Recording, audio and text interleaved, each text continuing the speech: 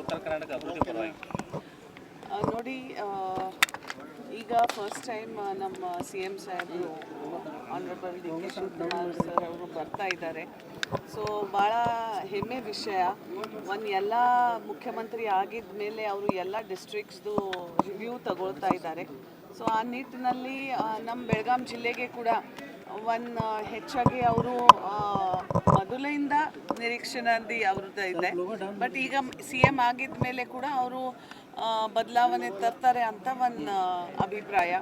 ಹೆಚ್ಚಾಗಿ ನಮ್ಮ ಭಾಗದ ಜನರಿಗೋಸ್ಕರ ಏನು ನೀರಾವರಿ ಇರಲಿ, ಇಲ್ಲ ಅಂದರೆ ಸಾಕಷ್ಟು ರೈತರಿಗೆ ಏನು ತೊಂದರೆ ಇದೆ ಅದು ಪರಿಹಾರ ಕೊಡಲಿಕ್ಕೆ ಖಂಡಿತವಾಗಿ ಅವರು ಪ್ರಯತ್ನ ಮಾಡ್ತಾರೆ ಅಂತ ಒಂದು ಕನಸು ನಮ್ಮದು ಕೂಡ ಇದೆ.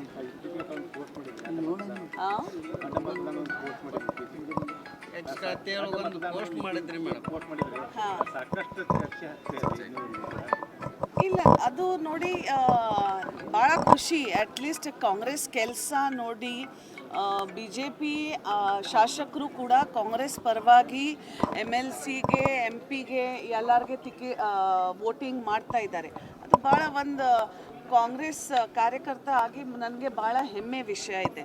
ಬಟ್ ಆದರೆ ಕೂಡ ನನಗೆ ಕನಸಲ್ಲಿ ಬಂತು ಅಂದರೆ ಖಾನಾಪುರ ಶಾಸಕರು ಕೂಡ ಹೆಸರು ಅದರಲ್ಲಿ ಬರ್ತಾ ಇತ್ತು.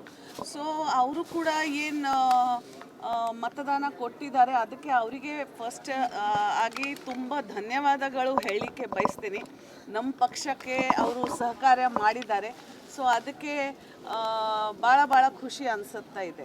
ಬಟ್ ಆದರೆ ಕೂಡ ಹೋದ ಬಾರಿ ಕೂಡ ಏನು ಇಲೆಕ್ಷನ್ ಟೈಮಲ್ಲಿ 5 ವರ್ಷ ತಾವು ಎಲ್ಲರೂ ನೋಡಿದ್ದೀರಾ ನಾನು ಶಾಸಕಿಯಾಗಿ ಏನೇನು ಕೆಲಸ ಮಾಡಿದೆ.